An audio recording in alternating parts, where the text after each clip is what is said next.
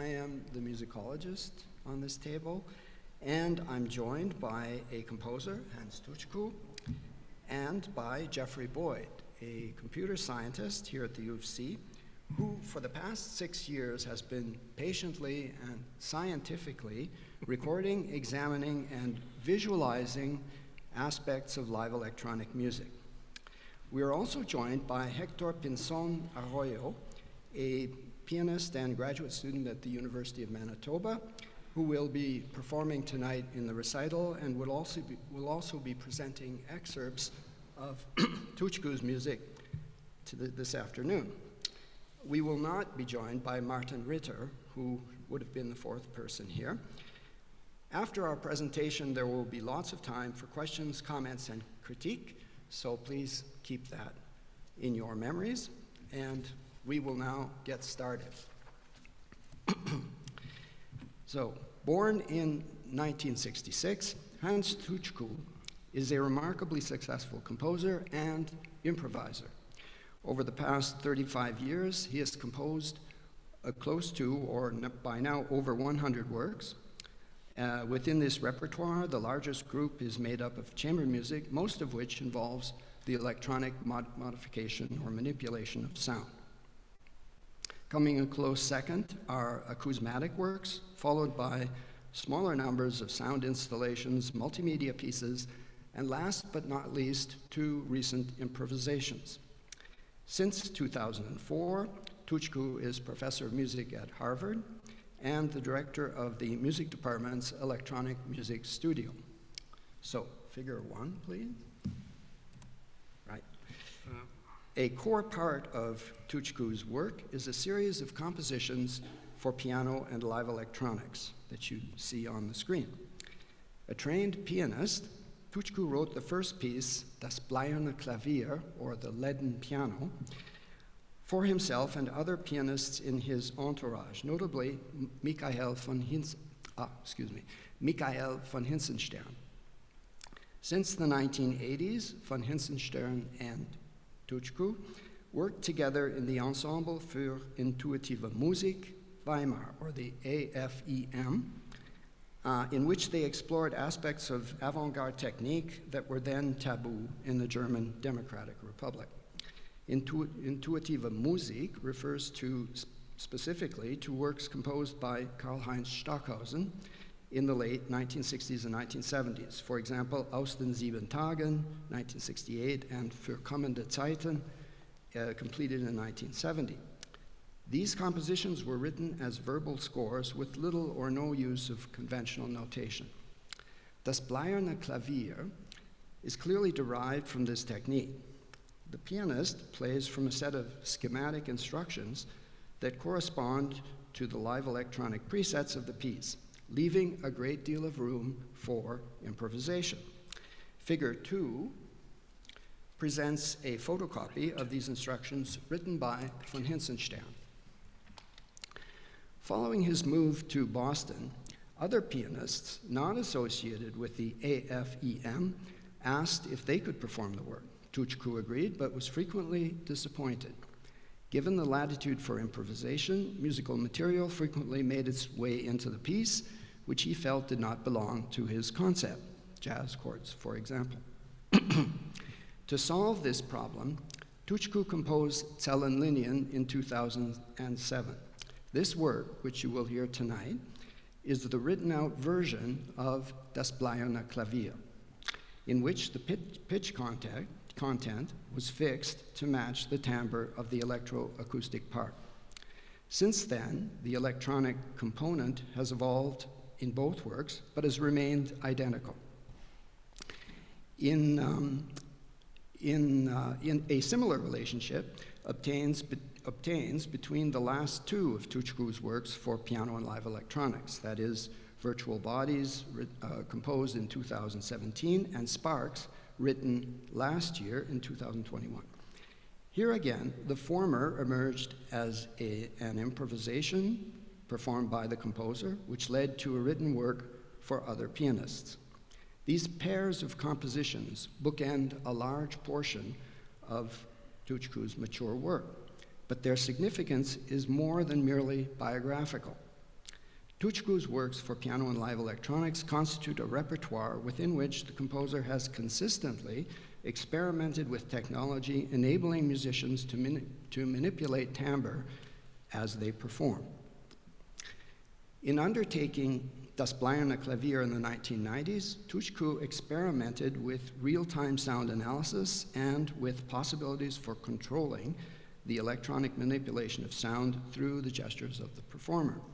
The outcome is an electronically prepared piano. According to the composer, and I quote, "The computer program traces and interprets the musical gestures to determine a large ensemble of parameters for the generation and playback of the electroacoustic part. This allows for a very direct action-reaction between the piano part and the electroacoustic sounds. The electronics become a prolongation of the instrumental gestures. The energy of the instrumentalist is causing decision-making in the electroacoustic part, which will never play exactly the same way, and is equally controlling the sound spatialization around the public," end of quote. This control exerted by the pianist over the live electronic manipulation of sound during performance represents the intuitive element of Das Bleierne Klavier that survives in Zellen-Linien and many other works. In this music, improvisation and composition are not mutually exclusive concepts. They are rather points on a grayscale. Now, what has this got to do with the analysis, creation, and teaching of orchestration? The goal of which is to develop a theory of orchestration as a compositional concept grounded in perception and cognition. But of course, ordinary listeners do not perceive orchestration. They perceive what musicians do with the notated symbols that composers deliver. Audiences hear timbre, not the notational devices used to transmit an idea of timbre to performers. Furthermore, the aesthetic contexts within which orchestration was practiced over the past 200 years have evolved considerably. For example, simultaneously with the emancipation of dissonance, the emancipation of timbre emerged around the turn of the 20th century. Rather than merely serving to clarify the melodic, rhythmic, harmonic, and thematic structures of a composition, sound color acquired an aesthetic raison d'etre and a musical significance of its own. See, for example, the mature work of Debussy, the early work of Stravinsky, and the concept of Klang, Farben, Melodie. This reformulation of the notion of timbre opened the door to the synthetic composition of sound using electronic devices and magnetic tape 50 years later. Thus, it seems to me that any theory of orchestration should also take into consideration the concept and function of sound color at the time the music in question was composed or first performed, because presumably composers, performers, and audiences conceived, presented, and listened to timbre very differently in 1850 and 1950. One could, of course, argue that the musicians and audiences of 1850 and 1950 are no longer here to be surveyed. And so we have to make do with what we have in 2022. It is also true that many composers continue to orchestrate their music for ensembles of traditional instruments. And of course, there is nothing wrong with studying orchestration as a compositional concept. However, lost my place. There's nothing wrong with studying orchestration as a compositional concept. Pondering the rise of isorhythmic technique in the late 13th century is just as legitimate and is, after all, what musicologists do. Having said that, no one, I believe, would suggest that orchestration today plays the same role it did in the late 19th century. Furthermore, to focus on it in the early 21st century is, in my view, to ignore the digital revolution and the significant impact its imposition is having. According to Harry Lehman, one of the consequences of this new technology is that our music culture has begun to slip out of the Gutenberg galaxy, which brings me back to Tutschku's music. One of the striking features of Zellen-Linien is the lack of polyphony in the piano score. And so let's go to figure 3. In his analysis of this work, Simon Emerson notes that the first page presents the 3 basic types of material that dominate the entire composition. So you see page 1 on figure 3 on the screen. The first of these types, of Emerson's types, is made up of chords allowed to sound out, which you see right away in bars 1 to 3. The second, repeated notes played over extended periods of time in bars 4 to 11. And the third, rhythmic gestures that appear as energetic outbursts of sound in the form of pianistic flourishes, which on page 1 can be seen at bars 13 and 16. During this piece, these 3 types do interact. Repeated notes are, for example, frequently interrupted by chords and rhythmic gestures. But in the piano part, this occurs successively and not simultaneously. And yet, a performance of Zellen-Linien generates a rich polyphonic sound world. How does this occur? Next, except for a short section, bars 81 to 110, in which the live electronic component is turned off, the piano performance constitutes a portion, I would say about half of the work. The other half takes place in the 3-dimensional, timbre-rich, and polyphonic sound field surrounding you, the audience. Consequently, the score is no longer a version of the work. For centuries, the signs and sounds of art music were understood as poles of a dialectic that could be modified over time, but not suspended. As is the case in a great deal of music composed over the past 70 years, in Zellen-Linien, this link is broken. Rather than presenting Zellen-Linien as an ideal object to be executed on stage, the score should be seen as a script containing a series of gestures which generate electroacoustic actions. A performance of the score alone does not produce Zellen-Linien, but rather a series of fragments related to that work. This aspect of Tutschku's music is important because it highlights problems in Emerson's analysis, which focuses relentlessly on a study of the score. Although he does refer to a stereo recording of the work, nowhere in his text does he state that he had heard Zellen-Linien performed live, suggesting to me that at the time his analysis was published, Emerson appears not to have ever heard the work in its entirety, which is odd for a musicologist of his stature.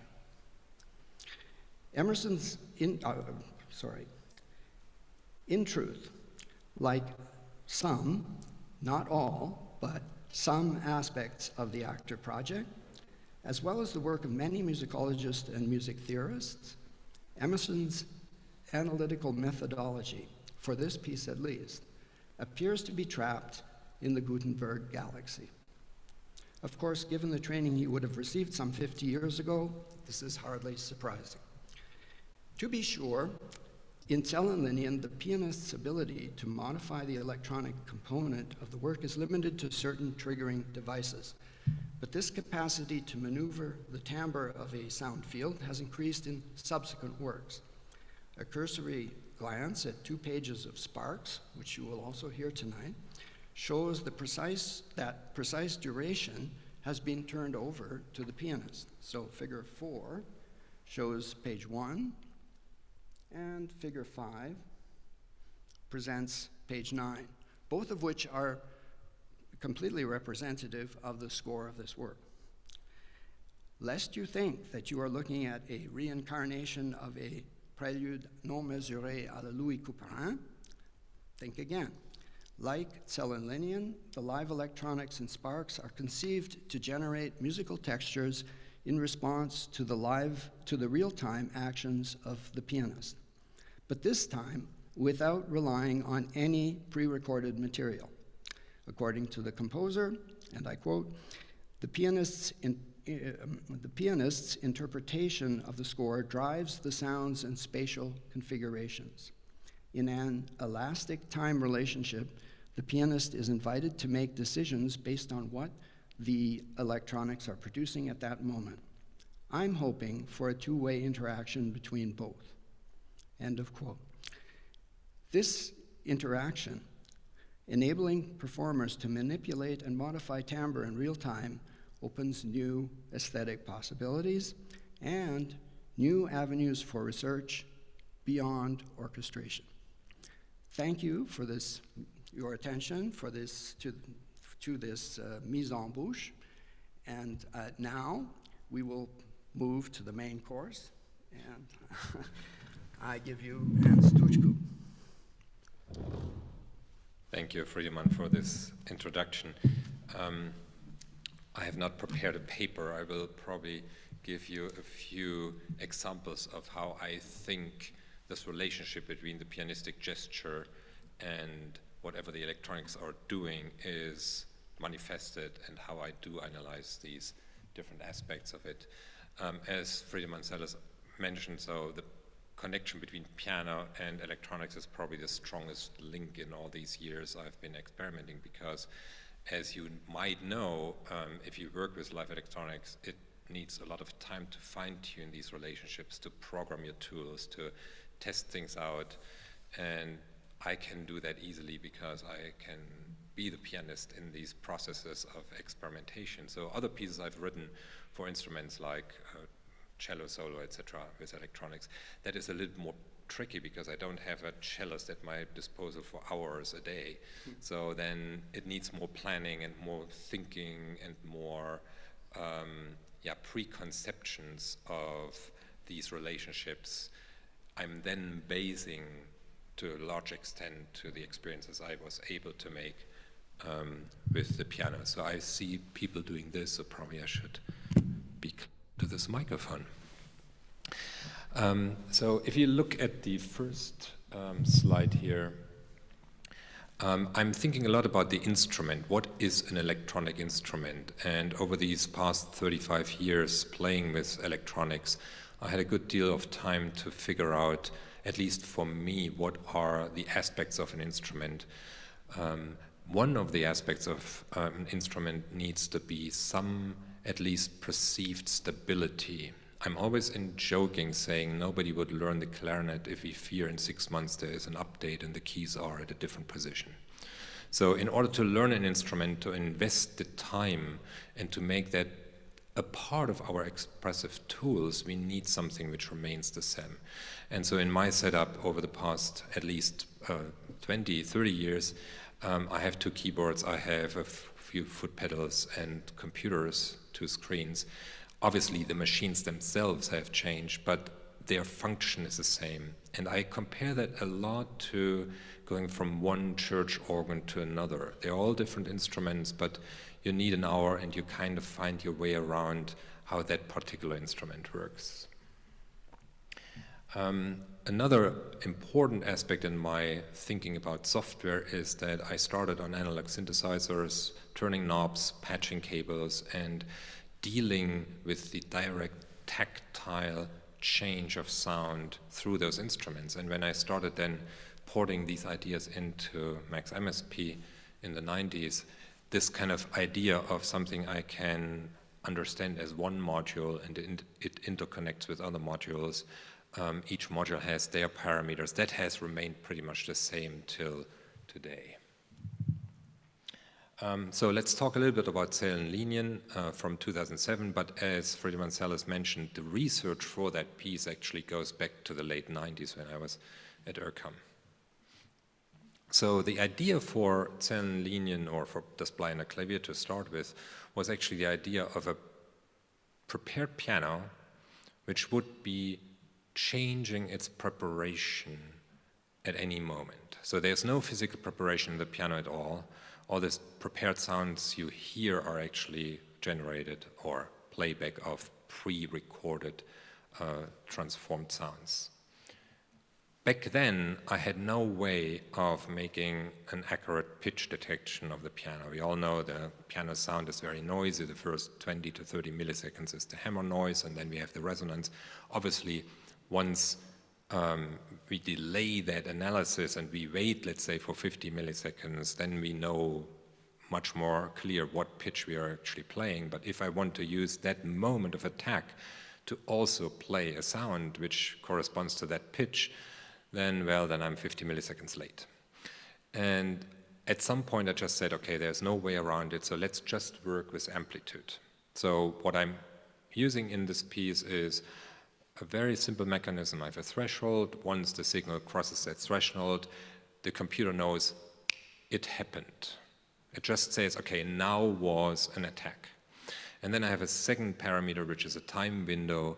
Once the signal falls below the threshold, I can then specify how long the signal needs to be below that threshold in order to the next attack to be taken into account. So I can, if I make that window very long, then I can just say, okay, the first node of a figure is doing something, and then many more nodes would not re-trigger that mechanism. And then if I know, okay, I need at least 2 seconds of silence or a resonance, then the next attack would be taken into account. And then normally I'm working with this, the right slide with 2 different thresholds. One is triggering one parameter, and one is triggering another one.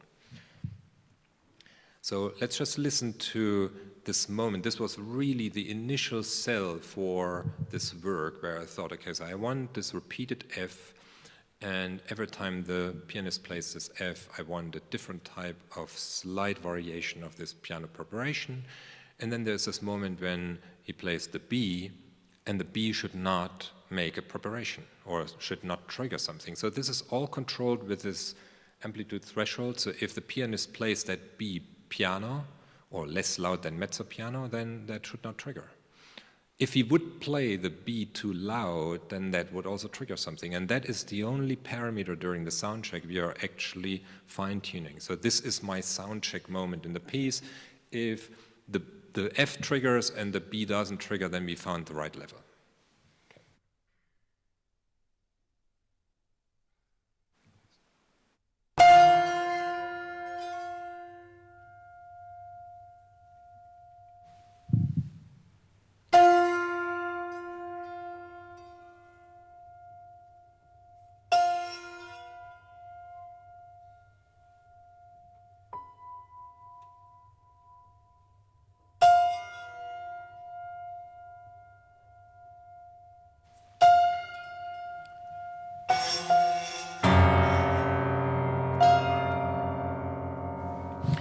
Another technique I'm using a lot in this piece is called granular synthesis. This example will stop in a second. In granular synthesis, we have a sound loaded into memory. It will stop. We have a sound loaded into memory, and then we read out. We don't read the sound like a normal playback from the start to the end.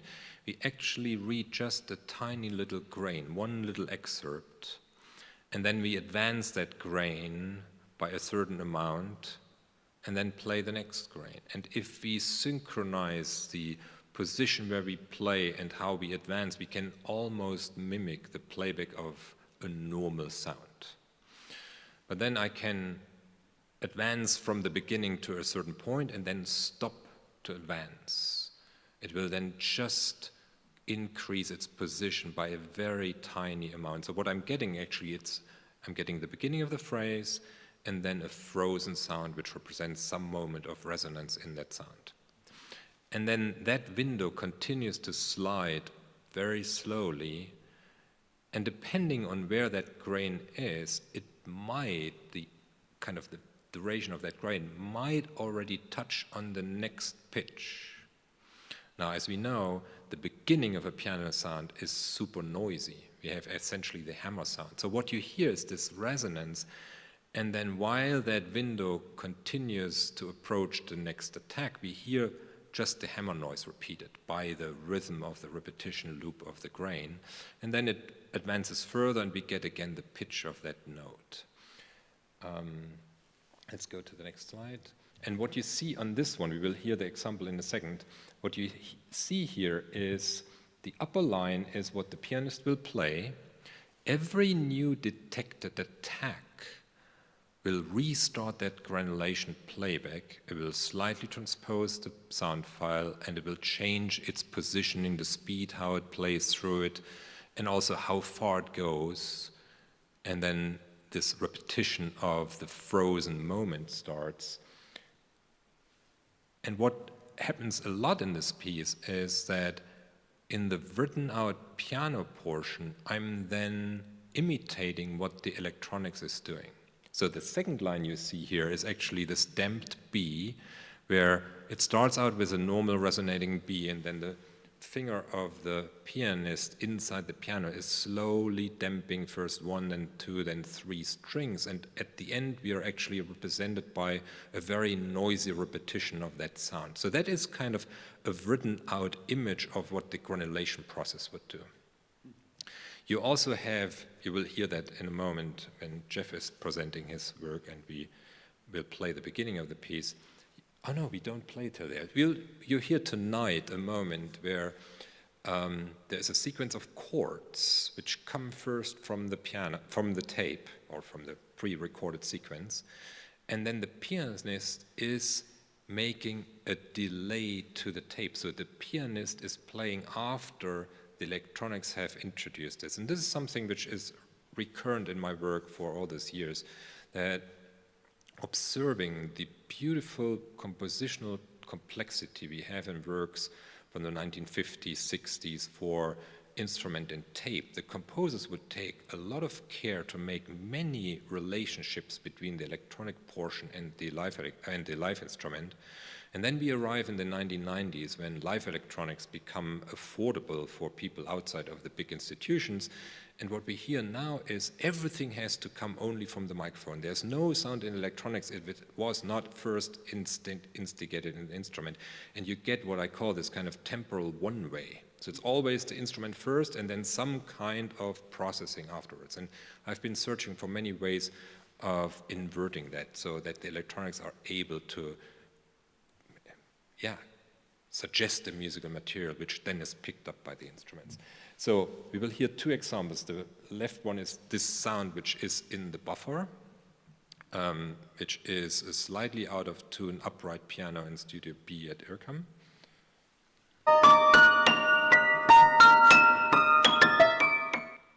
And so that is what the granular buffer has as its content. And what we hear now is this line you see on the top of the screen, where the pianist is playing the musical fabric, and every single attack will restart this triggering process.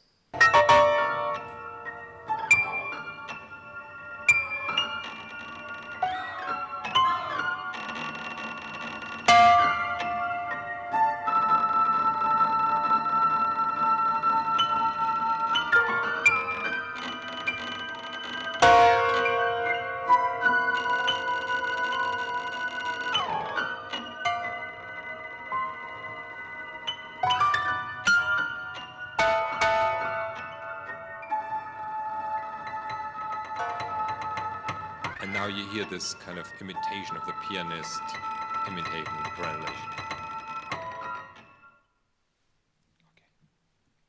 Okay, so let's jump 20 years. So that was, I mean, the research was done around late 90s, and now we get into 2019, 2020, when I started working on first virtual bodies. But virtual bodies is still slightly different because I didn't have the tools yet to do what I'm now doing in Sparks.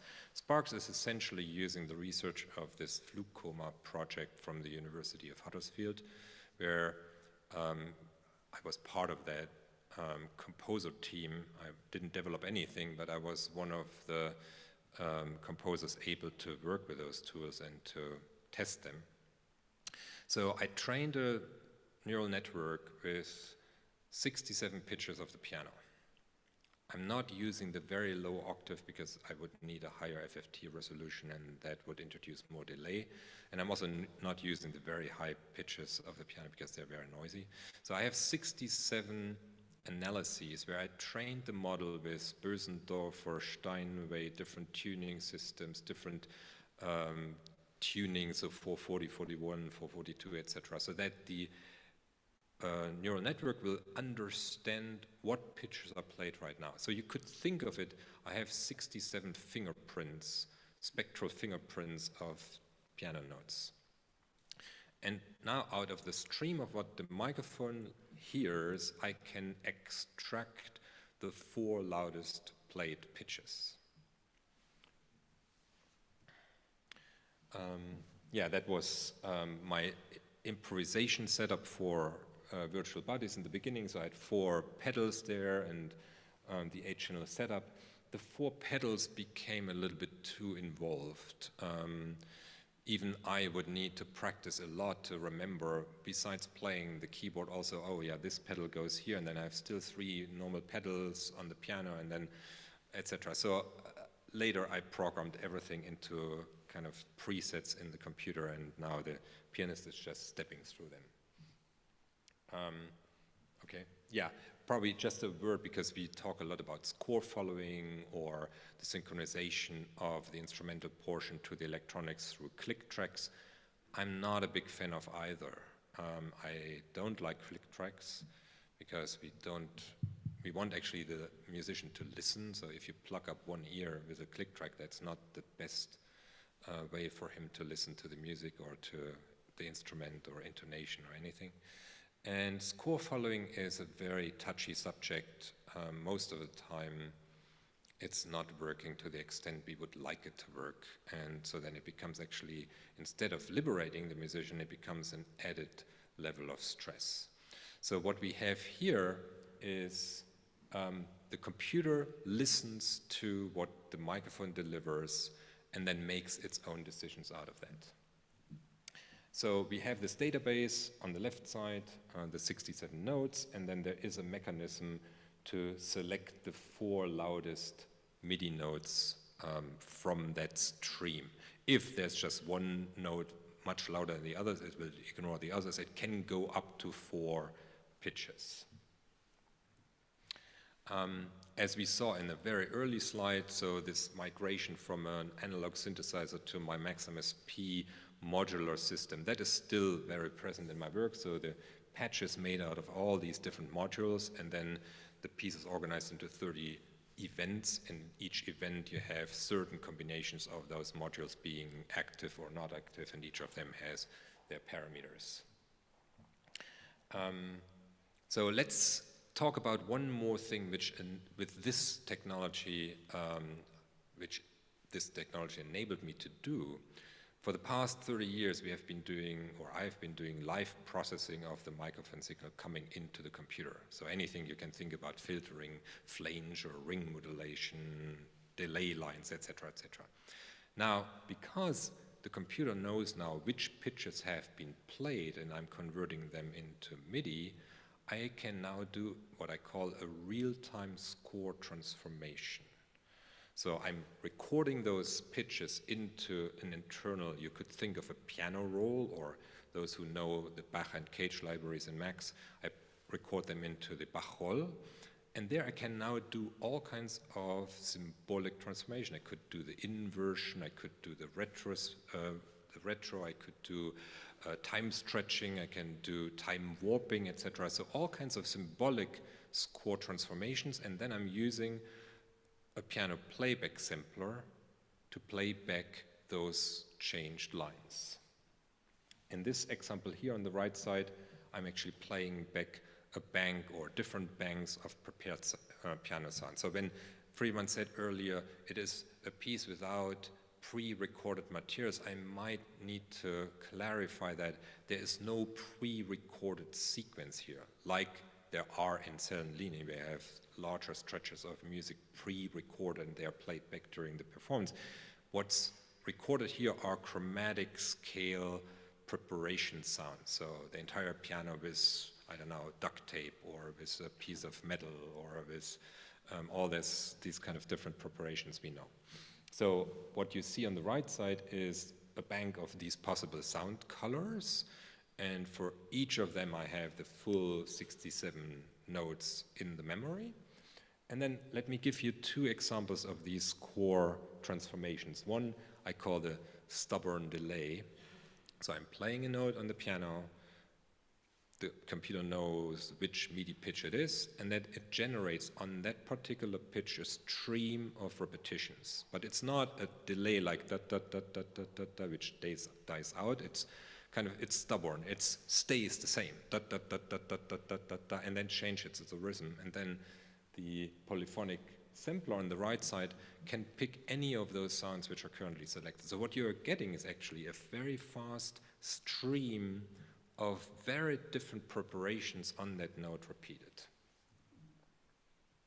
So we will hear now the opening of the piece, but I took out some of the layers of the preparation. So you hear just this kind of stubborn delay business.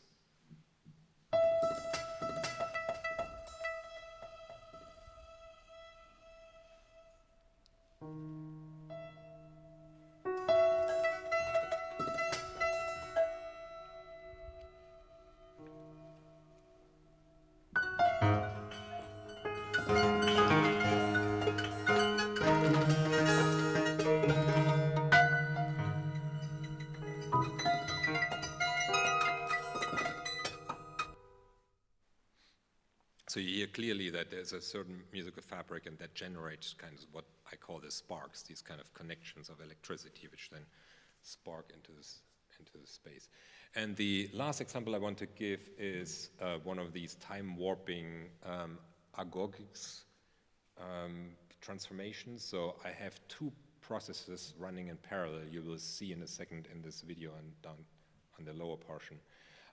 You see on the upper portion of the screen the musical fabric the pianist plays. So the beginning of that event is kind of written out. So what you see in the left box, that's what the musician should do. So exactly that order of the pitches. And then this is a moment where he or she gets the freedom to say, okay, this is your musical material. So this is kind of your harmonic field. These are the pitches. And then just make clouds out of it. And what you will see in the video is then these two processes of the agogics and the time warp, they're getting randomly switched on and off. So the computer will listen to a moment of this incoming stream, record it into the Bach-Roll, and then do the time warping and the agogics. The agogics is kind of figuring out what is one musical cell and then repeating that cell in accelerando or ritardando. These two sounds are then played back with different samples. So the one is more kind of a damped piano sound, and the other one, I forgot.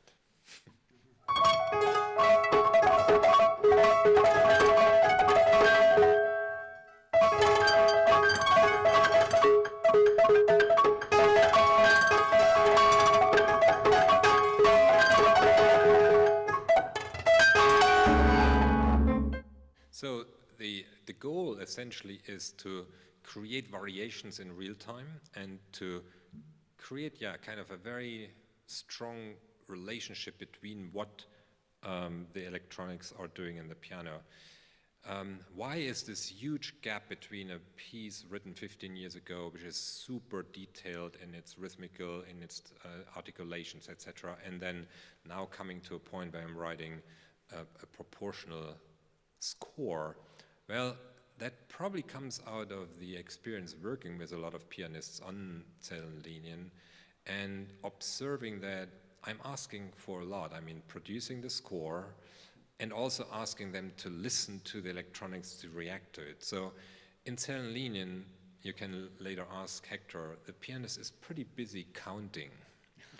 And I mean, his brain cells are so busy reproducing that score that there's not so much space left for kind of really feeling this interaction.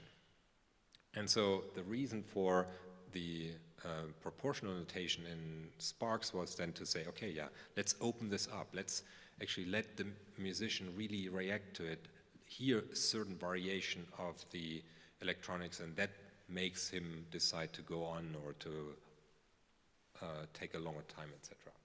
So just to finish this, I will just give you one example.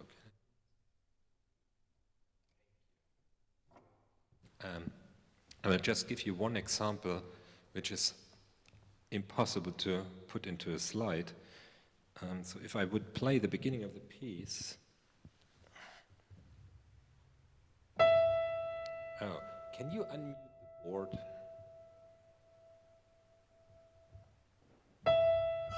Oh, there you go.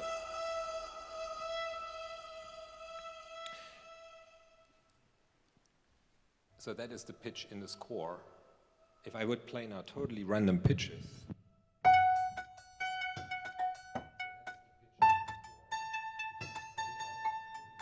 In fact, it does exactly the same process. So for me, that's interesting as an improviser. I can use this as a tool now to create totally different musical fabrics. I mean, different harmonies, different pitches, different rhythms, and it still creates this kind of link between what the pianist is doing and the electronics.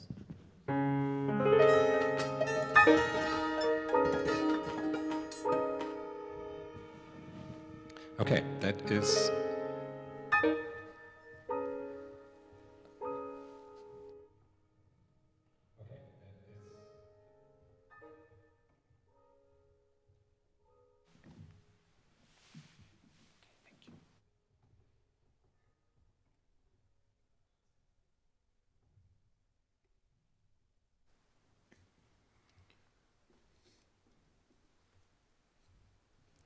All right.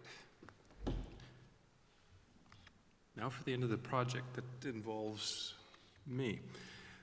So what I've been doing since Friedemann invited me to join him on this project has been to use what skills I have available to me to take various recordings that we've acquired from pieces by Hans and others and do some sort of analysis to see what we can learn about the piece that tells us something that you can't see from the score, since we're talking about music that escapes conventional notation.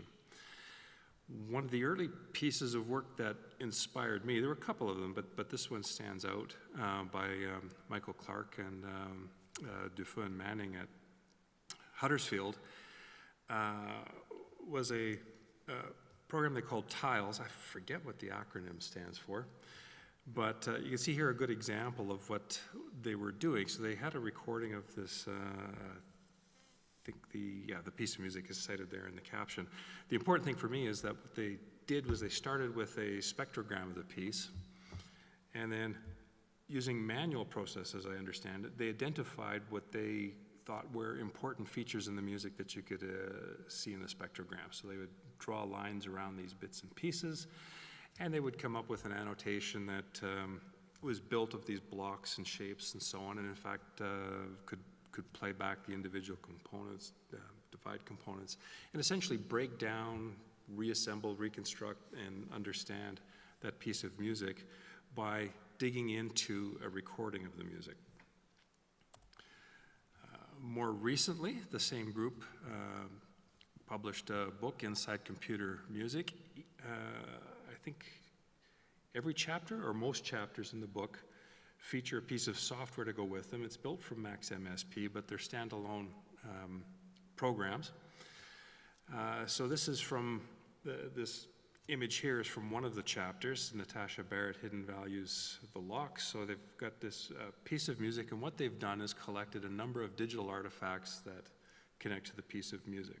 So I picked a part of that that shows some of the way that the composer has taken the electronic components of the music and worked with how the composer has worked with all these different bits and pieces and turned them into a piece of music. So I don't know for sure whether the composer has used Max MSP here, but whatever she's done, they've taken it and put it into some form where someone could sit down and play with it and understand it with Max MSP.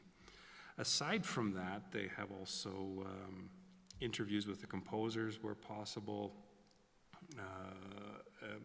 Just about any piece of information they could collect on the piece, they would put into this one interface, so you can then sit down and explore that piece of music through, broken down through this process. One thing that's been missing for me, now it is there in the later work by Clark, but space. So the compositions of Hans and others that we've been looking at feature space prominently, and a whole lot of the stuff we looked at just didn't talk about it. Certainly the early work on tiles didn't talk about space. And how to deal with that when breaking down a recording of a piece of music was still something that needed some attention, I thought. So needed something like tiles that incorporate space. We have access to ambisonic microphones, so we use ambisonic methods based on recordings from our Eigenmic. And I'll say it's a work in progress. What I'm about to show you is one of many attempts at dealing with this, and it's the latest one, and I thought it would be fun to share at this point. To explain to you what's going on with the Eigenmic, I used that to measure something called a degree of diffusion. So it was, as far as I know, Martelota came up with the term. I don't know if it existed prior to that. But on the left here, you see this diagram. Those of you into ambisonics will recognize the spherical harmonic component decomposition that you can get from an ambisonic microphone. Showing a zero-order component at the top, first order on the second line, second order on the third line, and so on. What Martelota did is you only need a first-order mic to do this, and in fact, the Eigenmic gives us, up to fourth order? We only use the first-order components for this measurement, because that's all that's necessary.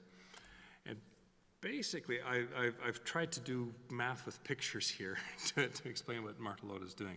But essentially, it takes a ratio between this stuff in this first-order component line. So this stuff here, and you see the lobes. For those of you who aren't into ambisonics, you see a Z direction. So you've got a component in that this microphone tells you about the up-down part of the sound that it hears. There's a left-right and a front-back. So those components on that first line will tell you about direction. The zero-order component, that sphere at the top, is sound that apparently coming from everywhere. And what this little mathematical equation does is it takes those components that look in a specific direction, the X, Y, Z, compares those to the stuff that looks everywhere, and comes up with a value that he calls a degree of diffusion. What it works out to be is that if you get a high value, you've got a diffuse sound, you can't really point to where it's coming from. If you have a low value, 0, then the sound has a very specific direction. The Eigenmic can point to where the sound is coming from. So we use those directional things, and we take that in a ratio with the non-directional stuff. And if you break that down by pitch and time, you can produce an image. So this is Zellen-Linien, which we'll hear tonight, and that's what it looks like, at least one recording of it that we have from a few years ago. So it's broken down in pitch and time. We've got a pitch axis. These units here are MIDI, so 50 through 120. There's no point in going a lot lower than that because the Eigenmic cannot hear direction. The size of the mic is too small to pick up direction with wavelengths that long. So there's no point in going lower than 50. And 120 seems to be a reasonable place on the keyboard to stop. Where it's a light in color at that pitch, at that moment in time, there's nothing that the Eigenmic hears that you can point to in direction. Wherever it's dark, it's hearing something in a specific direction. So there's a lot there to make sense of. Oh, and at each of these points, by the way, where it is dark, you can go and look at those elements from the Eigenmic and actually figure out what direction it is that it's coming from. So you know that it's directional, and you can decipher the direction. So there's a lot of stuff to look at, and what I did to jump into it is I did a very simple process to find minima, local minima in the image. So wherever it's dark, regionally, I say, okay, there's a directional event. And so I get a pitch, I get a direction, I get a time, and so on, and I mark those up, and you get tons of it, and that's not surprising. You'd probably get it with just about any piece of music, because we hear things from direction in the world anyway, but with a piece like Zellen-Linien, which is very directional, for sure you're going to get directions showing up in the recordings.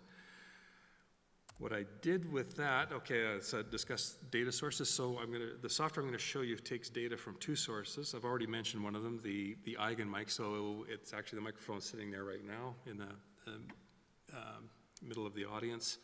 32-channel microphone produces fourth-order ambisonics potentially. We only used first order for what we're showing today.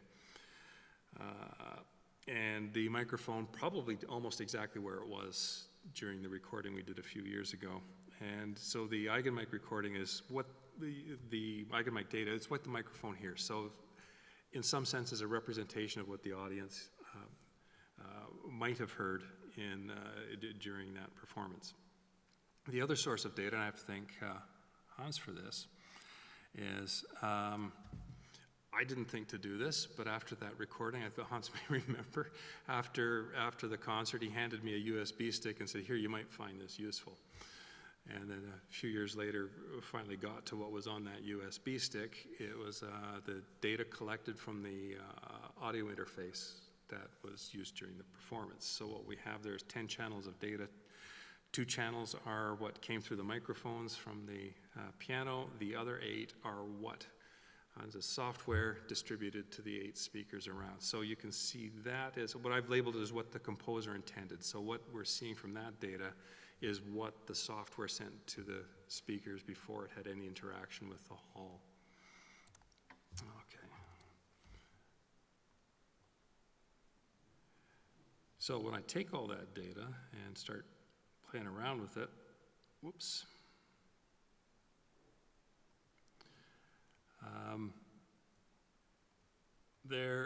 That's Zellen-Linien again. The red dots at the top and the image beneath it, that's the diffuseness image for the Eigenmic recording. Below you see the same process applied to the data from the audio interface from that USB stick. So you essentially, with the Eigenmic, you take the positions of the microphones on the microphone here. Obviously, everything's in a planar array, so you just encode the speaker positions, and you get you can apply the same process to it. Of course, it will never see up and down because it's a planar array. Yeah. But otherwise, it's the same thing.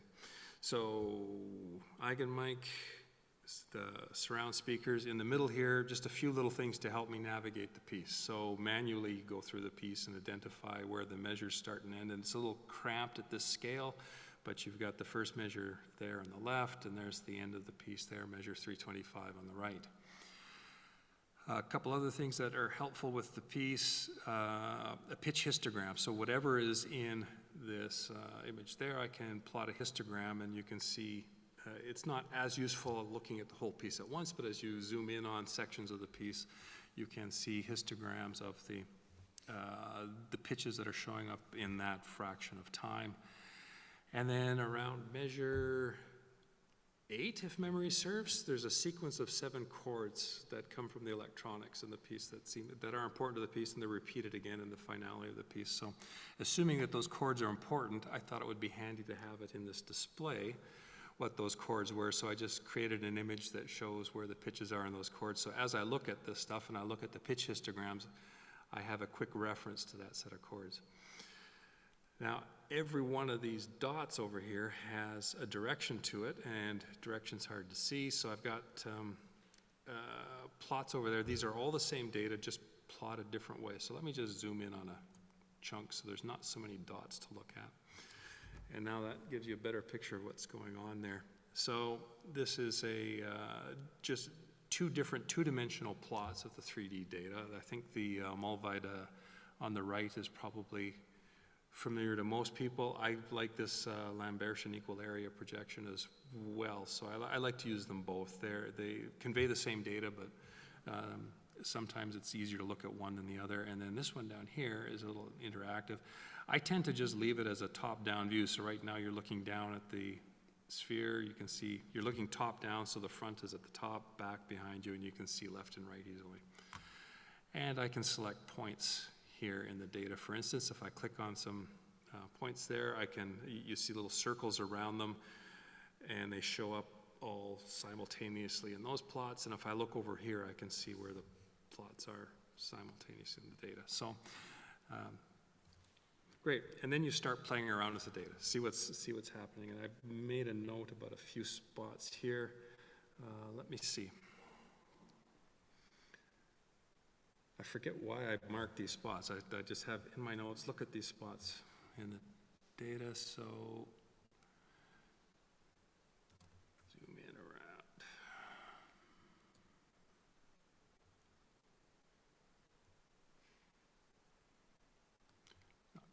Not quite right. Let me see. Try that again.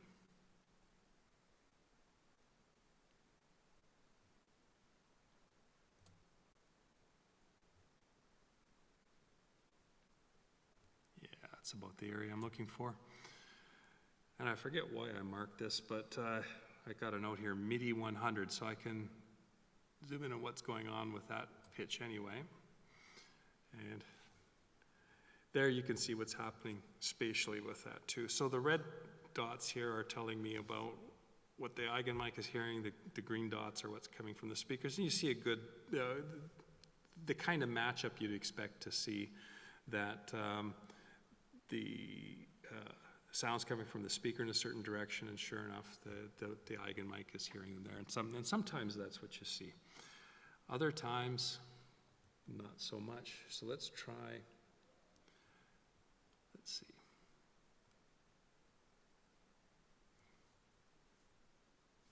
I've got a note here, that looks about right.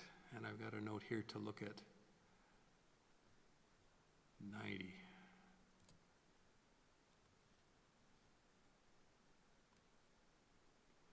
Yeah, you zoom in. And similar kind of here you're seeing sounds coming from the front.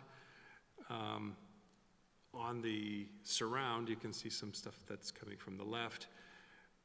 Not so much picked up by the Eigenmic. So sometimes they match up well, sometimes they don't. Okay, and I've got one more to look at here, just to give you a flavor for what this does.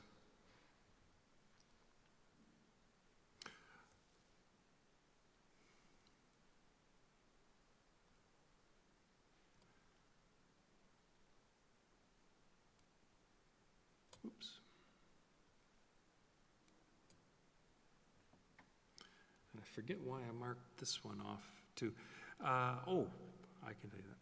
One thing that you can see in a bunch of passages here is if you click around the equator on these plots, you will easily select a set of points in the surround, and you very quickly see that you get these bands of direction, and what's happening there is the sound is moving around the perimeter. So as you grab different spots, you'll also see where those things show up at different points in time. So you see that at that point in time, you've got sound in that direction and sound in this direction a little later on. And so as the sound's moving around the speakers on the outside, you can actually pick that up. And I can't show direction and time with this particular visualization at the same time, but if you actually do take the time to rearrange, and I've done that in other examples, you can see those sounds moving around the way the composer intended. Now that shows up really well in the finale, which starts, let's grab it, 296, where are you? Somewhere around there.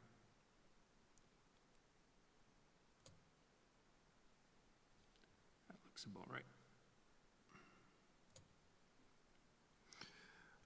So you can definitely see that in the finale. If I click on a spot there, you can see those vertical bands, and that's kind of a slice in time and direction that shows you that shows you those sounds moving around, and you can kind of play with that. Clicking here, you can see those things move, those bands move around, and you can sort of fake the time axis a bit. Not quite, but enough to get the impression. You can see that there is a time and direction correlation there, which suggests these things are moving. Got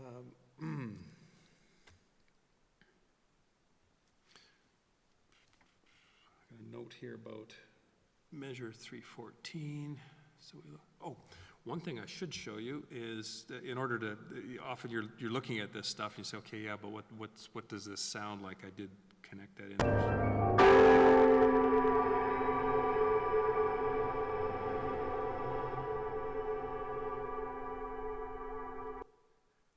So I'll just stop that. So you do have the ability with this to, okay, I get to a certain point, what was happening in the piece at this point, and you can check it visually. If I look at measure, I think it was measure 314, and I forget why I looked at that. Oh yeah, there you can see these one of the bands of sound moving as well, and then I have a note here, measures 301 to 305. Let's go back.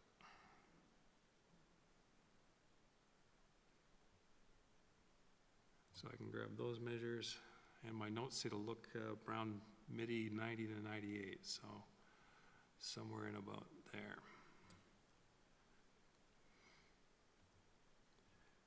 And again, you can see the what I assume, actually you're looking at the same group of pitches, so that's coming straight out of the speakers and hitting the eigen mic in the right direction. You've also got some stuff here though that's not in the surround, and clearly those things go together too. So there's a couple of spots, a couple of directions where this group of pitches is coming from. And I think what I'll do is, let's go back to my slides.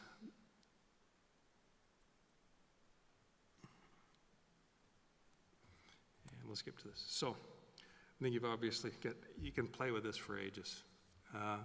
It's easier when you have a pair of screens and you can spread it out and you can zoom in and have a look. But just look at, see if you can find interesting things happening, play it back, have a listen. And so, yeah, you can spend hours with this. Some of the challenges that I find with it still is still not sure if the visualization is telling me anything. It's fun to play with, and I think I'm learning about Zellen-Linien all the time I'm doing it, but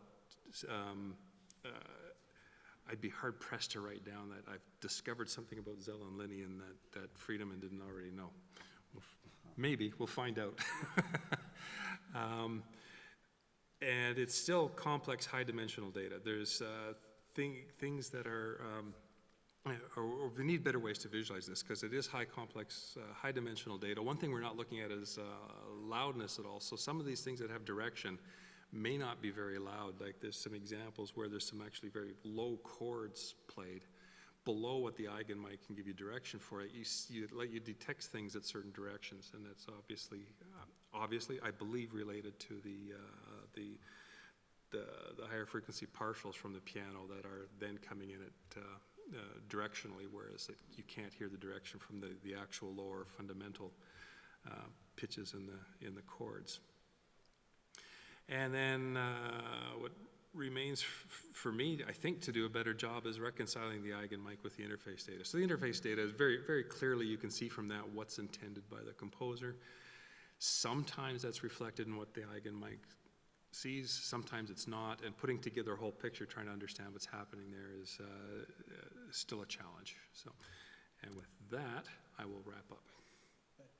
Oh, well, what I had hoped for, and what we can do if people want, is if we want to have Hector play some passages and Hans is ready, we can compare what's the software is showing and listen to it recreated.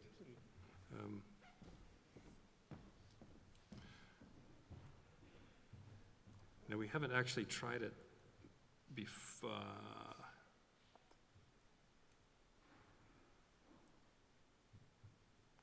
Let's get rid of that.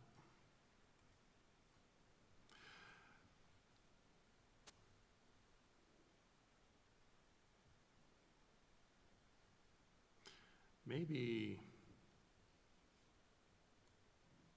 we could start at the beginning of the finale, perhaps. So there's the finale starts at measure 296, and I point out that you do see these bands of directional events coming from the speakers. partly but not fully reflected in what the eigenmic does. And so if we play some of that, perhaps, what's that?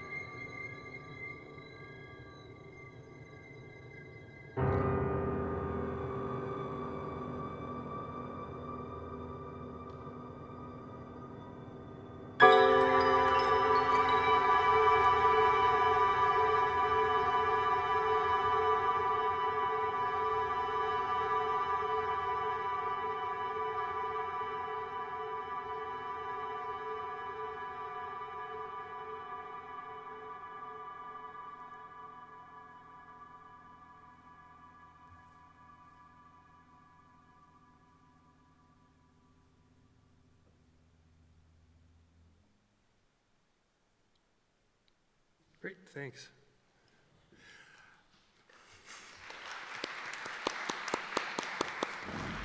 So I'm hoping, I can't hear it very well up here, but I'm hoping you're able to hear that moving around you clearly. So yeah, I guess the goal has been to get a picture and understanding in the data of what you just heard. All right, that brings an end to the roundtable. And so now, once again, thank you for your attention. If anyone has any questions, comments, or critiques, now is the time. And I think Stephen is going to moderate this, right? So that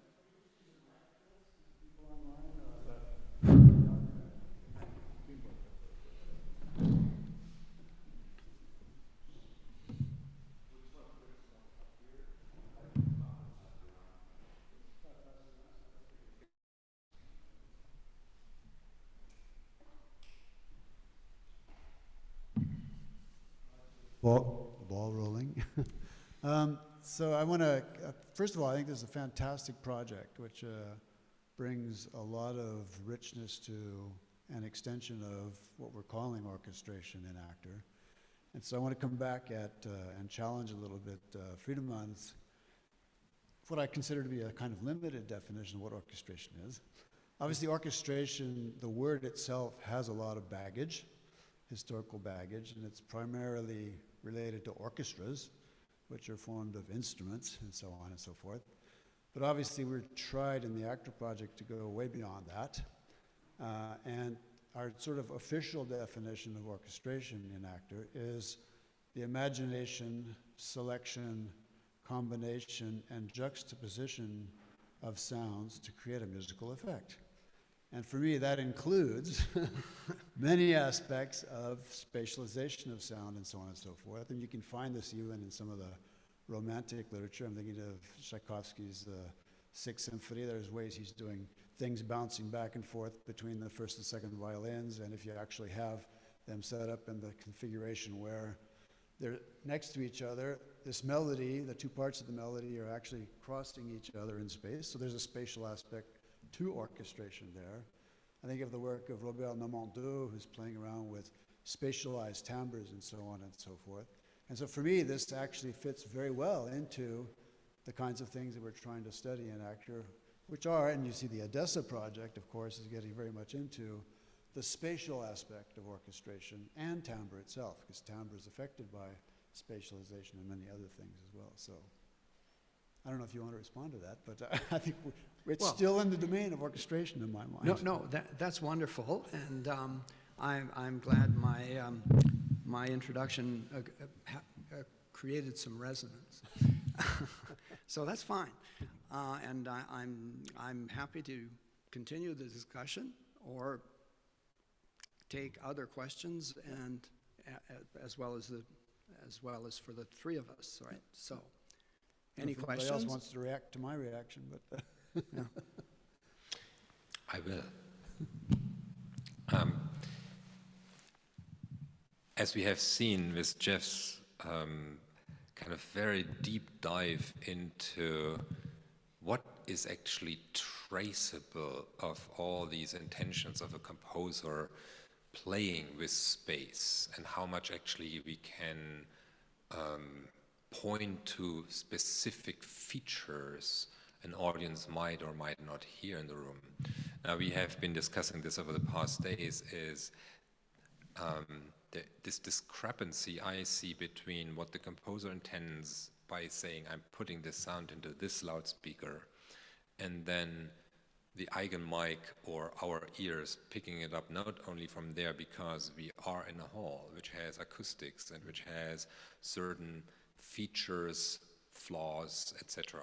So here we are in a very lively hall. A lot of these very precise directions, they get kind of more evened out, and you get more kind of a very smooth sound field instead of something coming straight out of your one speaker. As you also might notice, I took the liberty to not direct these genelecs surrounding you to the audience, but actually using the reflections of the walls to make it even more broad, because these speakers, I mean, they are near-field studio monitors. They're actually normally meant to be in a studio kind of, let's say, 2 meters from you. So here I'm using the large hall and the acoustics of the hall with this feature of using the first reflection of the speaker to even make it more surrounding, let's say, and less kind of a point source thing. Now, and we didn't do that when Jeff did the recording 4 years ago in this place. So this time around, I think that the discrepancy between what the sound card sends to a speaker and what the eigenmic might pick up as information might even be bigger this time around than what we had in the last measurements. But then I find this fascinating as a tool set, and hope that some interested musicologists or interested musicians on a larger scale will use this to some extent to understand something about our relationship, about what we put into a room and actually how the room reacts to it, and how that informs our understanding of a work which uses this kind of surround sound. Exactly. Yeah. If I may say so. Sure. Musicologists will get to this, because if we don't, or if they don't, we will lose a part of our culture. But they've always done that. The question is when. This may be off somewhere in the distant future, I don't know. And I'll probably not be there to enjoy that, but I'm sure they will. I am an optimist at heart, actually. Well, and thank you for bringing it to musicology's attention already. Any other comments, Chris? Yep.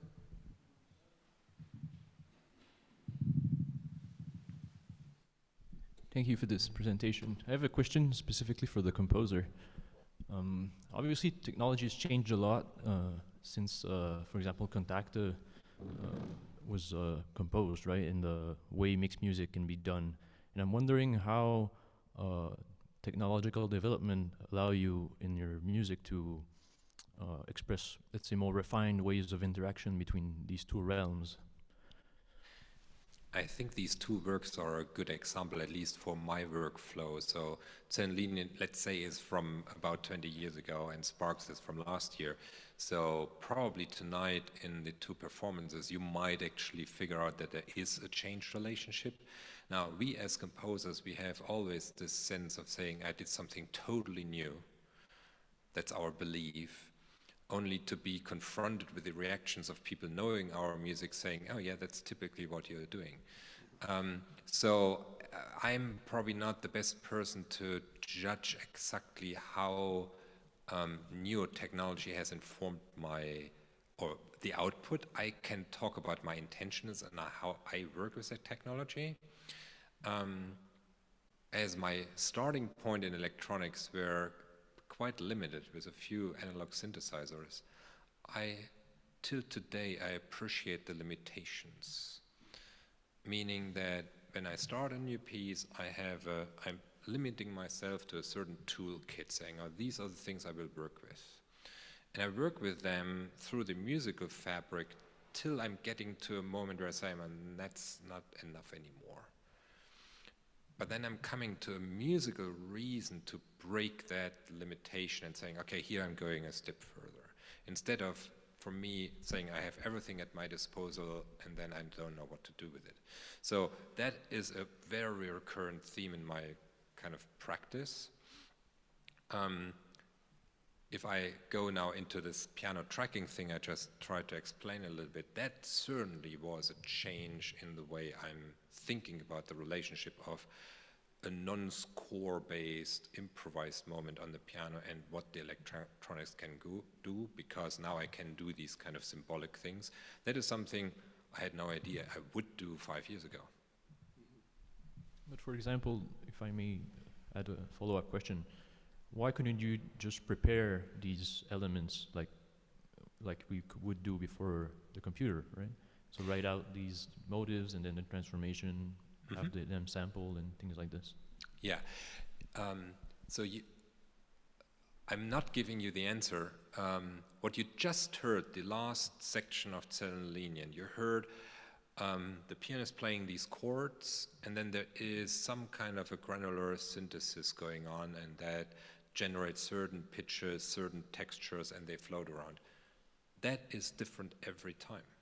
And so if you come tonight, you will hear that this section suddenly sounds slightly different. It's the same thing. You will still recognize this is the relationship between the two. But what is generated by the computer is a range of, all the parameters have random ranges. And with each new attack, these parameters are redefined. That is just, I'm not so interested in something which is fixed. Now, it also is interesting for the musician performing or rehearsing and then performing the piece that there is this, I need to remain attentive to what the electronics is actually providing. And that, for me, gets a little closer to a musical partner than to something which is a robot reproducing the same thing. Thank you. Yes, this question is also for the composer. I'm interested in the place in the composition process where space becomes part of the composition. And I mean, you kind of spoke about the variation in each performance, and you also spoke about composition and improvisation. And I wonder if space is something that would be more of an improvised parameter, being that you're not, this is a question, particularly interested in articulating space in a particular way, but rather having that as an open parameter that creates immersivity or immersion, but not in a fixed way, but just kind of this blank state, open. Yeah, both pieces work with this spatialization algorithm. I actually developed for Zellen-Linien first, and I'm still using in Sparks, which is everything goes through an ambisonic spanner. It's a mono signal going into one ambisonic spanner, and what is done is it's almost mimicking when I'm talking what I'm doing with my hand. So it does one slow movement followed by a fast movement, a slow movement followed by a fast movement. And it's very simple to do. So we have the 360 degrees. I'm calculating a new random destination where I want to go to. And that has, again, my boundaries. I can say, okay, you can go from 0 to 360, so it could be any angle, or I can say, this sound stays between 0 degree and -90, so it will only occupy that portion of my space. It will move in there, but it will not go to the back of the hall. So then each of my layers, each of my modules has its own spatialization tool. So for each of my polyphonic layers in the electronics, I can define how they move, how fast they move, and where they are. And that comes probably also out of my practice of composing acousmatic music. I don't believe in geometric figures being an expressive tool. Many acousmatic composers do, also instrumental composers using with electronics uses. I mean, Jonathan Harvey in his string quartet is this idea of, okay, there's these patterns and someone should be able to hear them well, or octophonie by Stockhausen.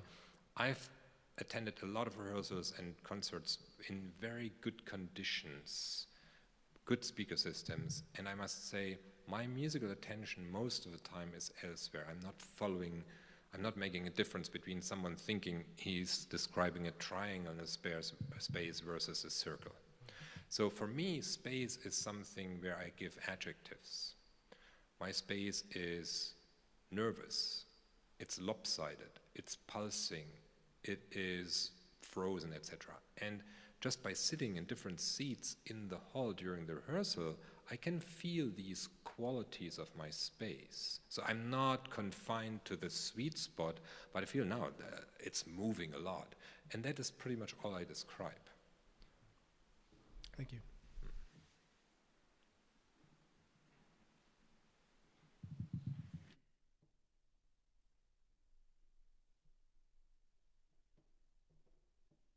Thanks. First of all, congratulations. I absolutely love this presentation, and I'm really looking forward to the concert tonight. Just to follow up on the question about spatialization, I agree a great deal with what you're saying on that. Within the context, though, then, are you restricting yourself in terms of using spatialization motivically, in terms of you're saying we'll get spatialization movement as a motive, but location does not become motivic in the terms of the way you're working with it? Very good point. If I restrict the movement angle to be between 20 and 19 degrees, then it still will move, but you will not perceive it. So I can actually, by defining where that random range is, that a sound can't move. So location occasionally, particularly in Zellen-Linien, plays a role. You will hear there are two longer sections in the piece. One you will recognize very easily because the pianist stands up and does a longer section inside the piano where he plays with a damped A, and every time he damps the sound of the piano, you hear different overtones coming from the string, but that is doubled with constantly changing sounds of prepared piano. So you hear these kind of inside prepared piano sounds. No, they're all restricted to the front speakers. I don't want them to come out from the rear. So location occasionally is also important as kind of a compositional tool. Sometimes certain musical material which was just played by the piano is then put to the rear speakers as the biggest kind of physical distance I can reproduce in the hall. Other questions? Okay. No, it's okay. We got time for nerd questions too. So this is a nerd question. In the first piece, are you using earn to choose your repetitions on the samples? And in the second piece, I haven't worked with the Agogic, Cape-dotted Agogic. Is it based on factor oracle out of your cam in terms of the definition of time between selection? No, Thank you. none of them.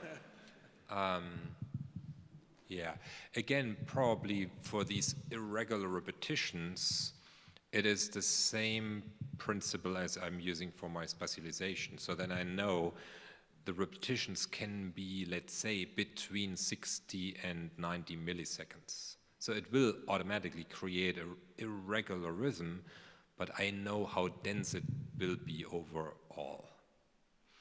And I have never used any kind of Fibonacci or other arithmetic methods or series, etc., because I don't hear them. So I'm trying to use musical tools I can still perceive. Well,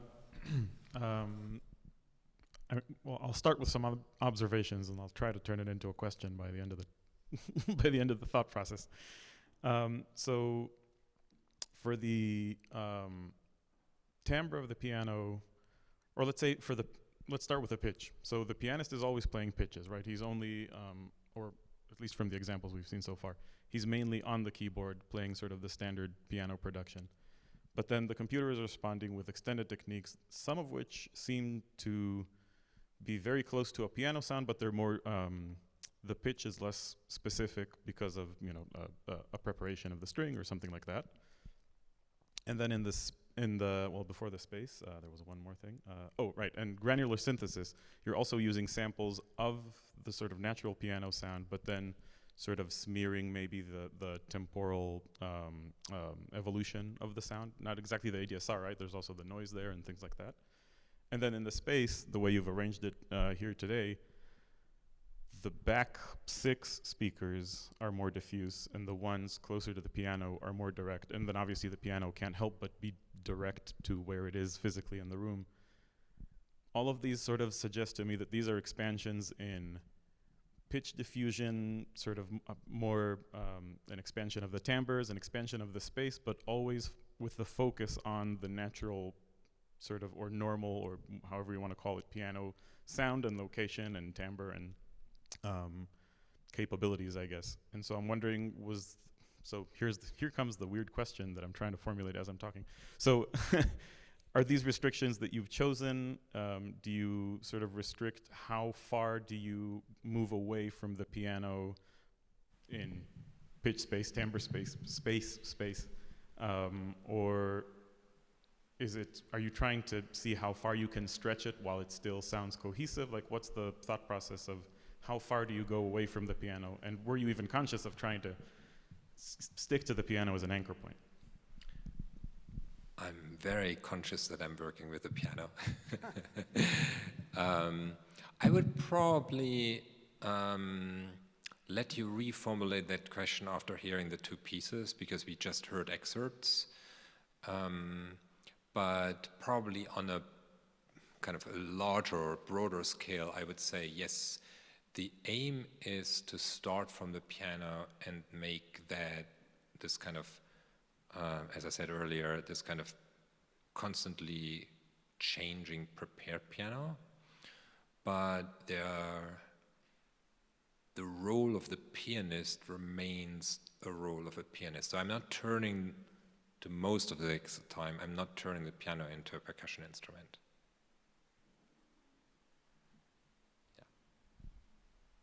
Any other questions? Ritter.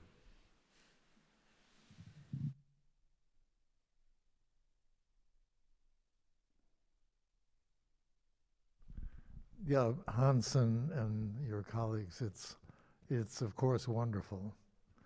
I've been working with sound motion and immersion and location and antiphonies and so on for a very long time.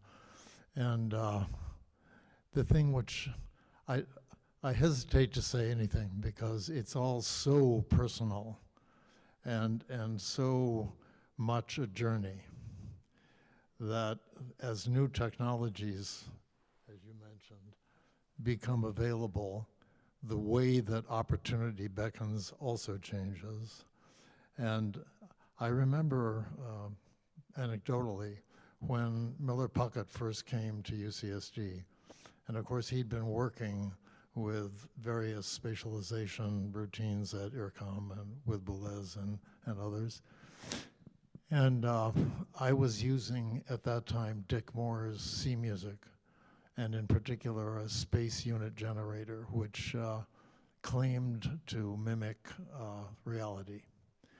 And of course, what one found immediately was that if you used the measurements that accorded with verisimilitude, it was dull and uninteresting, and you had to greatly distort the, as it were, facts in order to get impact.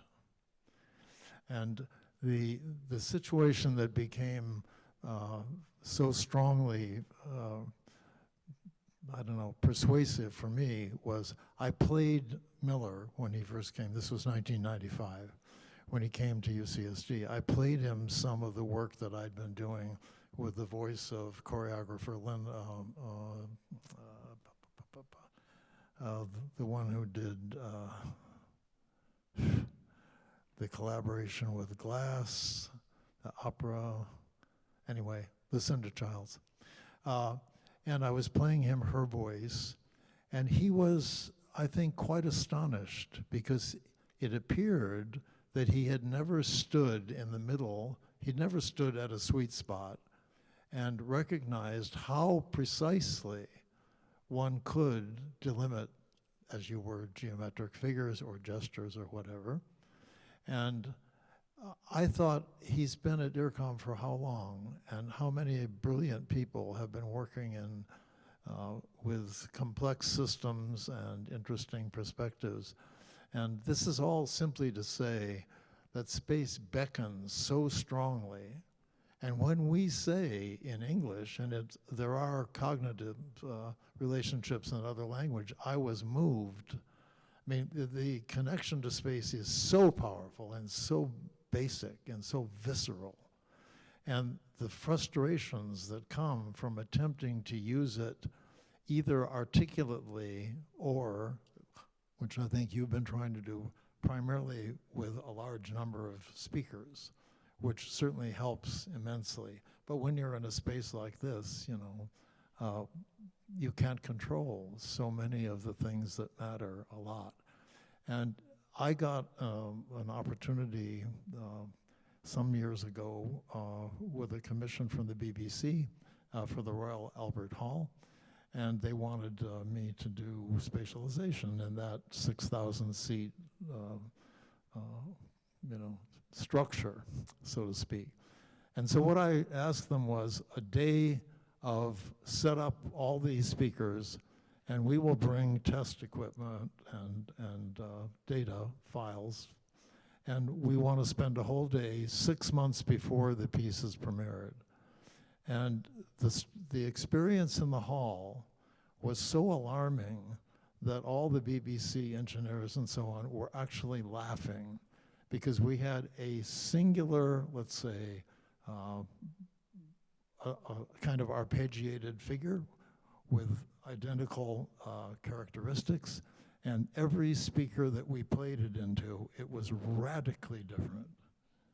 They were all the same speakers, they were all running from the same board, we were sitting in the same place, and every time you moved, or your relationship to a specific speaker changed, either way, you move or the sound moves, the result were so different that it was actually comical. And at that point, I just decided to despair from precision and to use migration. And when you spoke in your talk at several points about using sectors of, let's say, the the surrounding, not dealing with elevation at all, but just the surrounding azimuth, then I find that that's really powerful.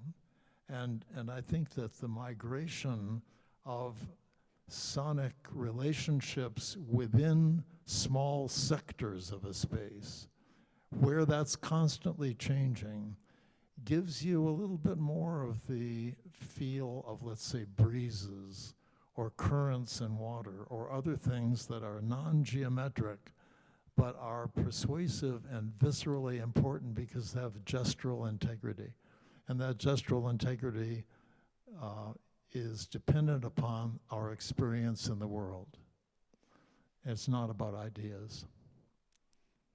I'm sorry that's rambling, but I care so much about what you're doing and admire it so much. Well, thank you very much. Thank you.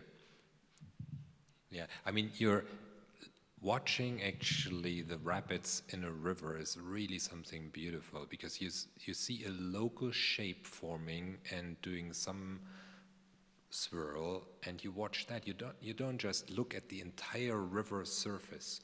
So coming back to spatialization, having all sources constantly move is actually not interesting. So you need to, or I need to create certain patterns, certain relationships which are recognizable. Obviously, if someone listens to a piece for the very first time, our musical training is such that we listen to pitches, rhythms, contrasts, formal shapes, etc. We segment the pieces into sections, etc. We don't necessarily listen to recognize certain musical patterns in the space, etc. But that is, I always was fascinated by music. I can listen to it 10 times, 20 times, and still discover something. So that's probably also who asked this question about why I'm not pre-producing it. I need, at a repeated listening to it, something where it is the same, but it is changed. So it's not radically different, but there is something, some nuance to it where I say, interesting. And that has kind of the flip side, saying sometimes those parameters just line up in a way where you're saying, well, last time it sounded actually better. But that I have to bite into this and say, okay, that is the game. So if I want it to be different every time, there are occasions where it's not coming out the way I love. And then I can go back to tweak the parameters to, that's what you do during the composition process. Also come back to your question about when space plays a role in the process from the very first moment. So in my study, I have the piano and I have 4 speakers, so I can at least mimic most of it from the beginning. Yeah. Hello? Oh, there it is. Okay. We're out of time now, so I want to thank the panel for a fantastic session. Thank you very much.